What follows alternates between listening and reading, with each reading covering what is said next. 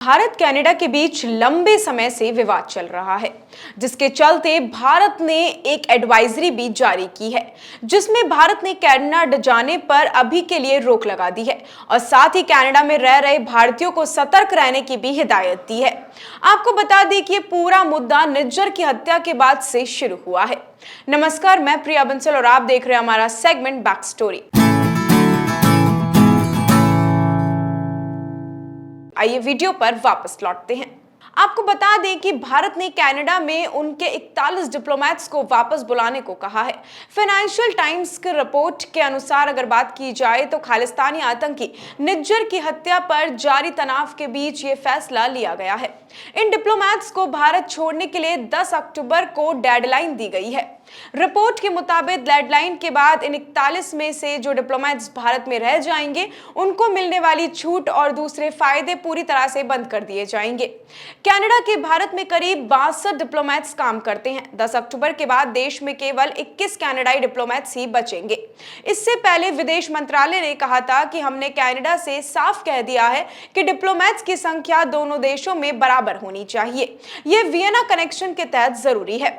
Canada के PM Trudeau ने 18 सितंबर को भारत सरकार पर खालिस्तानी आतंकी निज्जर की हत्या में शामिल होने का आरोप लगाया था। इसके बाद उन्होंने भारत के एक डिप्लोमेट को भी निकाल दिया था। कनाडा के इस एक्शन का जवाब देते हुए भारत ने भी उनके एक डिप्लोमेट को देश छोड़ने के लिए कह दिया था। इसके बाद भारत ने कनाडाई नागरिकों के लिए वीजा सेवाएं भी पूरी तरह से बंद कर दी थी। 26 सितंबर को विदेश मंत्री एस जयशंकर ने यूएन में स्पीच दी थी। इस दौरान उन्होंने कनाडा का नाम लिए बिना कहा था कि राजनीति के लिए आतंकवाद को बढ़ावा देना गलत है। हम ये मानते हैं कि संप्रभुता का सम्मान जरूरी है। हर ये सम्मान चुनिंदा नहीं होना चाहिए। आतंकवाद, चरमपंथ और हिंसा पर एक्शन राजनीतिक सहूलियत के हिसाब से नहीं होना चाहिए। इसके बाद जयशंकर ने destruction and council for foreign relation में भी कनाडा से जुड़े कई सवालों के जवाब दिए थे। जयशंकर ने कहा था कि कनाडा में अलगाववादी ताकतें और हिंसा और उग्रवाद से जुड़े अपराध पनप रहे हैं। जयशंकर ने कहा था कि कनाडा में हमारे डिप्लोमेट्स को डराया और धमकाया जाता है, हमारे कॉन्सेक्सुअल पर हमारे हमले होते हैं। इन सबको ये कहकर सही ठहरा दिया जाता है तो लोकतंत्र में यही होता है। अगर कोई ऐसी घटना है जो एक परेशानी का मुद्दा है और कोई इसे मुझे सरकार के रूप में कुछ जानकारी देता है तो मैं उस पर जरूरी गौर फरमाऊंगा।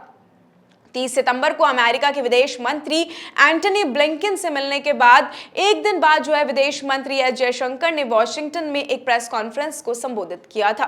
उन्होंने कहा था कि भारत को अभिव्यक्ति की आजादी पर किसी और से सीखने की जरूरत नहीं है। अभिव्यक्ति की आजादी को इस हद तक बढ़ावा नहीं दिया जा सकता कि वो हिंसा भड़काने के लिए इस्तेमाल होने लगे।